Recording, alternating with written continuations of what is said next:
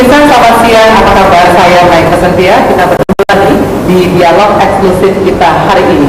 Saat ini sosialisasi Undang-Undang Nomor 8 Tahun 2015 tentang Pilkada Serentak sedang gencar-gencarnya dilakukan, termasuk oleh KPUD di Kabupaten Bogor. Meski tidak ikut dalam perhelatan Pilkada Serentak tahun ini, namun kegiatan ini akan menjadi catatan berharga bagi KPUD Kabupaten Bogor untuk meneruskan pemilihan bupati dan juga pemilihan gubernur pada tahun 2018 mendatang. Dan hari ini sedang hadir di studio TV Tegar Beriman, Ketua KPUD Kabupaten Bogor, Bapak Haryanto Surbakti. Apa kabar? Selamat siang, Pak. Assalamualaikum. Waalaikumsalam. Alhamdulillah kabarnya baik. Baik, Pak Suryanto, sebelum kita ngobrol soal PKPU nomor 12 ini, mungkin kabar-kabar baru dari KPUD Kabupaten Bogor apa saja yang ingin disampaikan kepada pemirsa kita hari ini? Ya, walaupun kami tidak sedang melakukan pilkada, tapi kami tetap melakukan sosialisasi di tahun 2015 ini. Ada beberapa kegiatan yang sudah kami laksanakan dan akan kami laksanakan terkait dengan sosialisasi kepada masyarakat. Baik, sebelum kita ngobrol lebih banyak soal kegiatan KPUD Kabupaten Bogor tahun ini, saya ingin bertanya kepada Anda, menurut Anda apa sih istimewanya Pilkada Serentak? Iya, Pilkada Serentak itu filosofinya itu ingin adanya penghematan anggaran. Ya. Awalnya yang dilemparkan oleh saudara-saudara kita di DPR RI ya. Ya. Tetapi di Undang-Undang 8 sendiri ini ada pasal baru justru yang akan menambah beban anggaran pada proses pemilu kada. Pasal yang mana tuh, Pak? Itu pasal yang menyatakan bahwa alat peraga kampanye peserta pemilu atau peserta pilkada itu ditanggung oleh penyelenggara pemilu dan oleh KPU, sehingga ini akan membengkak dari anggaran awal kita itu sekitar 35 sampai dengan 45%. Akan jadi tambah tinggi. Iya, tambah tinggi. Nah, pilkada serentak ini bisa sedikit hemat kalau penyelenggaraannya itu dilaksanakan antara pemilihan kepala daerah, bupati atau wali kota dengan gubernur. Nanti kan ada sharing. Nah, kalau teman-teman yang sekarang menyelenggarakan, misal di Jawa Barat ada 8, itu biayanya tetap tidak ada efisien. Kalau kita nanti 2018 mudah-mudahan ada efisien, nanti kita akan sharing anggaran dengan KPU provinsi yang juga melaksanakan pilkada gubernur. Berarti agak sedikit berbeda dengan Ya. Pak Haryanto, selain itu ada lagi nggak poin-poin penting lain dalam PKPU nomor 12 tahun 2015? Iya, ada beberapa hal baru di sana terkait juga tentang beberapa persyaratan calon. Yang pertama, calon untuk dari perseorangan itu syarat minimalnya untuk kita itu 6,5%. 6,5%. Ini bisa dibayangkan 6,5% kali jumlah penduduk 5,3 juta itu sekian ratus ribu itu harus ada dukungan dari sekian ratus ribu itu untuk calon perseorangan. Nah, ada perbedaan juga untuk formulir pencalonan perseorangan ini sekarang harus ditandatangani oleh kepala desa. Jadi ada warga, nama warga, tanda tangan, nomor KTP-nya, di bawahnya ada mengetahui kepala desa. Ini juga akan lebih memberatkan teman-teman yang akan maju dalam pilkada khususnya dari jalur perseorangan. Ini sudah lebih teliti gitu ya? Ya, betul. Baik, mungkin yang menarik juga dan menjadi perbincangan media soal pasal 4 ayat 1 huruf F soal calon yang pernah dijatuhi hukuman penjara harus memenuhi syarat apa saja, Pak? Ya, terakhir kita ada putusan Mahkamah Konstitusi bahwa termasuk dalamnya itu ada petahana itu ya. Iya, petahana. Terkait dengan calon yang sudah pernah dihukum dan mempunyai kekuatan hukum tetap, itu sudah diatur oleh KPU sekarang bahwa yang bersangkutan tetap boleh melakukan pendaftaran atau mencalonkan dengan catatan yang bersangkutan menyampaikan pengumuman kepada masyarakat melalui media bahwa yang bersangkutan itu pernah dipidana dan dihukum sekian tahun dan telah bebas dari hukuman tersebut. Itu harus diumumkan di media umum. Baik, dan itu mungkin sudah kita bisa lihat di pilkada yang serentak 2015 ini sudah ada ya, Pak Haryanto. Selain itu mungkin kita perlu juga mengetahui sudah adakah begitu rancangan pilkada Kabupaten Bogor walaupun masih lama nih Pak, 2018. Ya, kalau kita ingin melakukan sosialisasi dulu khususnya kepada stakeholder yang ada di Kabupaten Bogor dan paling utama adalah kepada pimpinan partai politik gitu ya. Kenapa nanti yang sangat berperan itu adalah partai politik selain tadi ada perseorangan ya. Nah, kenapa kita ke pimpinan partai? Karena nanti mereka lah yang akan mengusung calon dalam proses pilkada. Jadi mereka ini harus paham dulu pemahaman proses pencalonannya. Kita melihat sekarang di media beberapa daerah itu dalam proses pencalonan saja sudah mulai ramai, sudah mulai banyak yang protes dan gugat menggugat lah. Ini diharapkan pengalaman pilkada serentak yang dilakukan 2015 ini menjadikan pengalaman bagi kami supaya tidak terjadi hal-hal yang tidak diinginkan di Kabupaten Bogor. Ada baiknya juga 2015 Kabupaten Bogor belum ikut. Betul. Jadi kita bisa berkaca dulu. Iya, bisa berkaca dulu gitu. Kalau itu 2015, 2016 ini kayaknya udah mulai persiapan Pak Haryanto, persiapan KPU Kabupaten Bogor sendiri terkait dengan penyelenggaraan pilkada dan pilgub 2018 yang mungkin sudah dimulai dengan sosialisasi, adakah juga yang lain?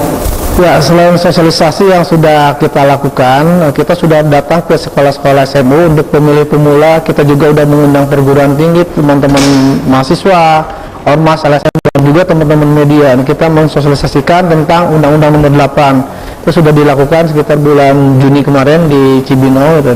Ke depan juga kita akan melakukan FGD dan juga seminar tentang sengketa pilkada. Kenapa ini penting? Karena setiap pemilihan kepala daerah itu rata-rata ada sengketa pilkadanya. Nah, kami juga ingin memberikan pemahaman kepada masyarakat di Bogor tentang prosedur gugatan atau pendaftaran sengketa pemilu kepada MK.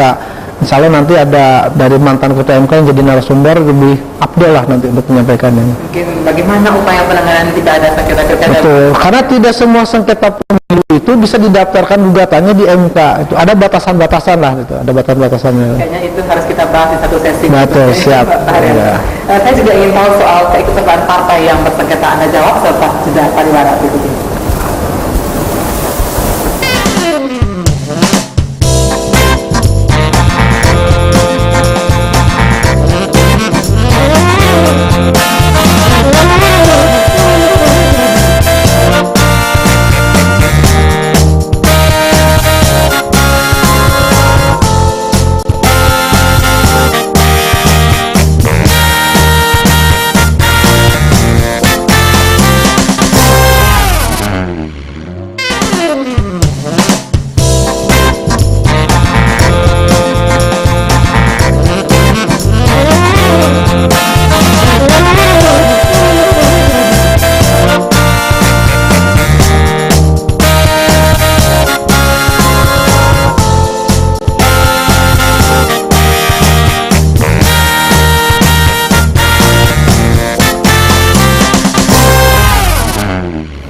Ya, Pak Haryanto, kita kembali ke obrolan kita awal tadi. Kita lihat saat ini pilkada makin rawan di tengah konflik partai.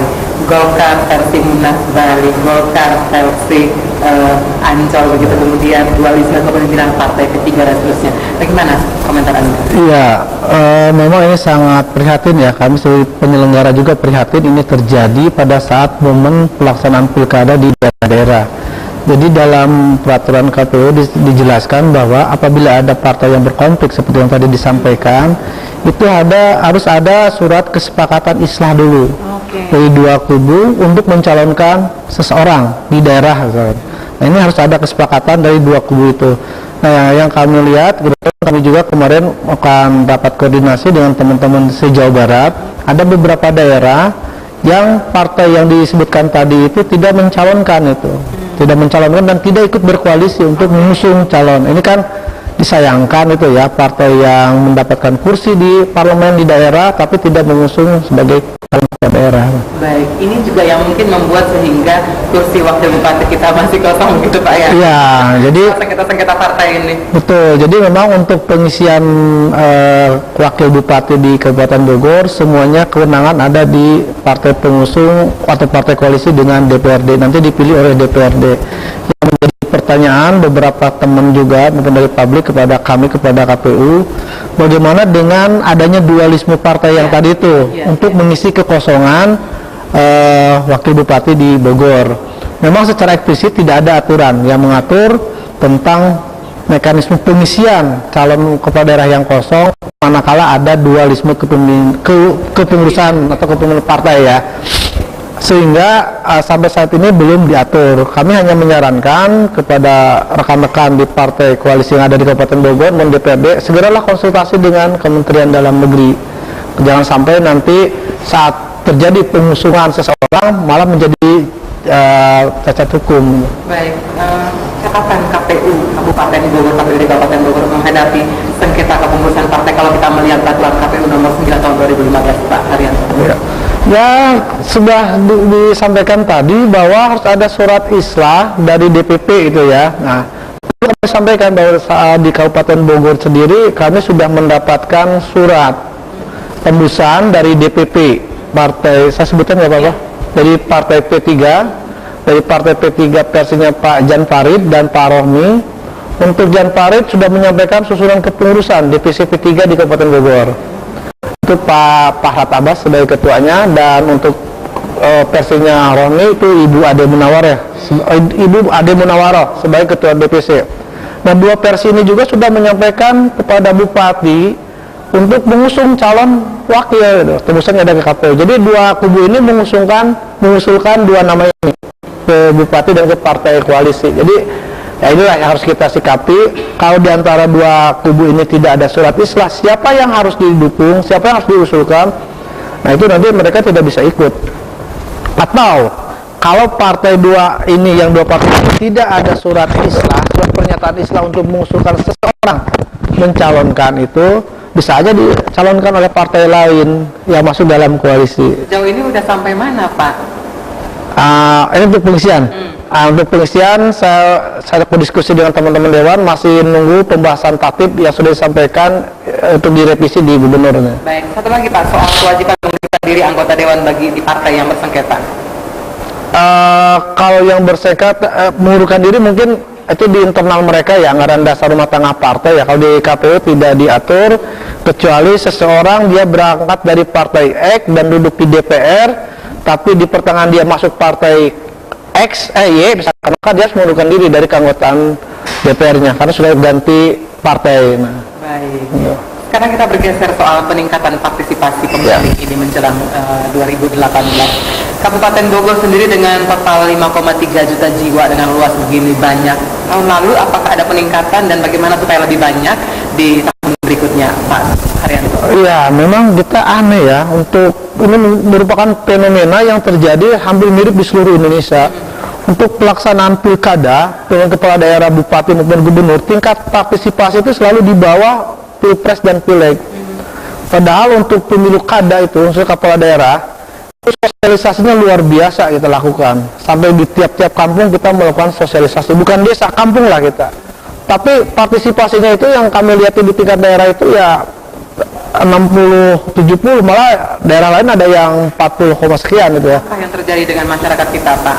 Nah, ini mungkin akibat keterbatasan pengetahuan masyarakat, akibat kurang sosialisasi juga bisa, atau ada kecenderungan masyarakat apatis.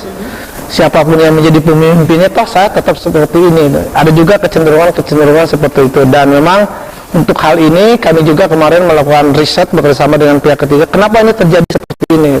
Catatan risetnya? Nanti akan kami diskusikan di forum diskusi. Baik. Ya. Sosialisasi apa saja lagi Pak selain PKPU kemudian untuk menarik partisipasi masyarakat yang dilakukan dalam waktu-waktu dekat ini?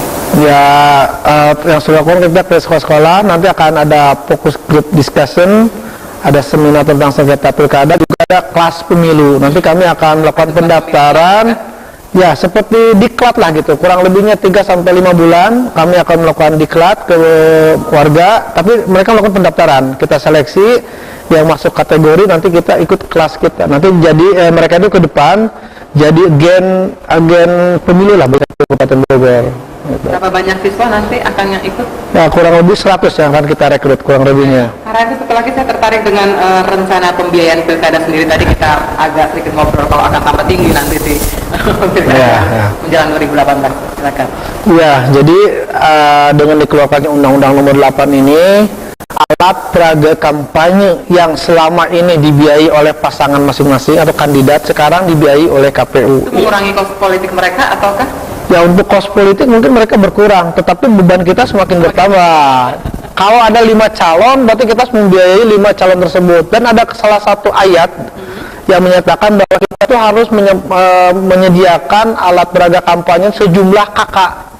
Nah, jumlah kakak di Bogor kalau bisa di atas 1,6 juta.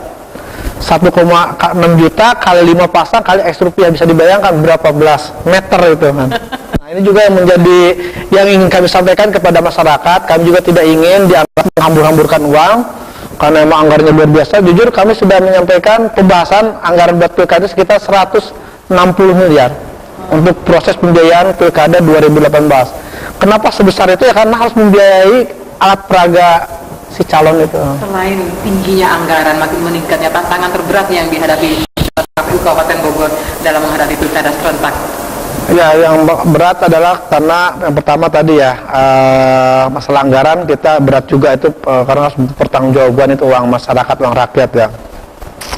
Kita akan melakukan efisien di anggaran, termasuk juga tantangan kita masalah SDM. Nah, SDM itu untuk penyelenggara di tingkat paling bawah, yaitu di TPS, menjadi anggota KPPS. Kenapa? Karena biasanya kami itu sudah orang-orang yang berpotensi itu di kampung-kampung itu sudah diambil dulu, direkrut oleh partai politik atau tim kampanye mereka, tim sukses, sehingga kami sisa gitu kan, perekrutannya sebelum hari H, 1 bulan sebelum hari H, mereka jauh-jauh hari gitu, jadi kami tinggal sisa-sisa aja itu juga. Jadi dengan yang sisa-sisa ini, nah gitu ya, betul, jadi kita harus selektif benar gitu, jangan sampai nanti kita kecolongan ada salah satu simpatisan atau anggota partai menjadi penyelenggara, itu tidak boleh itu yang pertama. Yang kedua, letak geografis. Letak geografis juga luar biasa ya, itu kita di wilayah timur ada Sukamakmur, Jonggol gitu, ada pegunungan ya, tingkat pegunungan kesulitan. Di barat itu ada mulai Pamijahan, Lewiliang, Sukajaya, Cigudeg, itu luar biasa, tingkat termasuk Rumpin itu ada gunung, turun naik gunung, bukit, lembah, itu baru nyampe ke kampung itu untuk buat TPS. Hanya bawa untuk 2 kotak saja itu. Kadang-kadang mereka menggunakan sapi juga. Saya pernah melihat itu menggunakan kerbau itu untuk membawa kotak. Emang sapi ya, sapi waktu itu bawa sapi ya, pakai ternak lah gitu. Karena memang kendaraan udah nggak bisa lewat, orang juga udah berat. Banyak akses jalan belum dibuka. Ya, malah ada salah satu desa di Kecamatan Cigudeg itu harus mutar dulu ke Kecamatan Luisadeng, Kecamatan Luliang, Kecamatan Rumbin, baru nyampe ke desa yang bersangkutan. Ternyata ini pengalaman ini mungkin sudah dirasakan. Wah, ya betul. Supaya tidak terlalu dirasakan begitu oleh teman-teman di KPU di Kabupaten Bogor. Langkah-langkah apa yang dilakukan, walaupun mungkin pasti akan terjadi juga ya. Ya, kita juga melakukan diskusi lah dengan teman-teman komisioner. Memang kebetulan juga kemarin juga ada pergantian antar waktu komisioner kita yang baru. Kita mengajak keliling ke kecamatan supaya nanti pada saat pelaksanaan tidak kaget dengan kondisi geografis seperti ini. Kan orang luar terkadang melihat bahwa Bogor itu perkotaan itu. Padahal itu perkotaan dengan daerahnya itu kan berbanding sama lah ya. Ada tadi bukit-bukit dan perkotaan, itu yang harus kami lakukan. Yang kedua, kami juga sekarang kemarin melakukan monitoring ke beberapa tetangga kabupaten yang sedang melakukan pemilu kada. Kami ingin melihat langsung proses-proses yang mereka lakukan. Kemarin sudah dalam tahap proses pencalonan, daftar pemilihan pencalonan, kami sudah monitoring ke beberapa daerah. Baik. Pak Haryanto Surbakti, adakah hal yang ingin Anda sampaikan kepada masyarakat di Kabupaten Bogor, walaupun kita tidak pilkada serentak tahun ini, tadi paling tidak ada persiapan partisipasi masyarakat untuk tahun-tahun berikutnya? Ya, kami sebagai penyelenggara KPU yang bertanggung jawab di Kabupaten Bogor mengajak seluruh masyarakat yang mempunyai hak pilih untuk dapat datang dan berpartisipasi, serta mengajak saudara-saudaranya untuk mensukseskan proses pemilu di Kabupaten Bogor. Termasuk juga ini buat teman-teman partai politik untuk mengajak konstituennya mensukseskan pemilu yang akan datang di Kabupaten Bogor. Ketua KPUD Kabupaten Bogor, Bapak Haryanto Surbakti, terima kasih. Waktunya sudah banyak poin penting ya, yang Anda berikan kepada kami hari ini. Dan pemirsa, demikianlah dialog eksklusif kita hari ini. Setelah ini Anda bisa mengikuti Bogor hari ini. Saya Mike Prasetya dan segenap kru yang bertugas mengucapkan terima kasih, selamat siang dan sampai jumpa.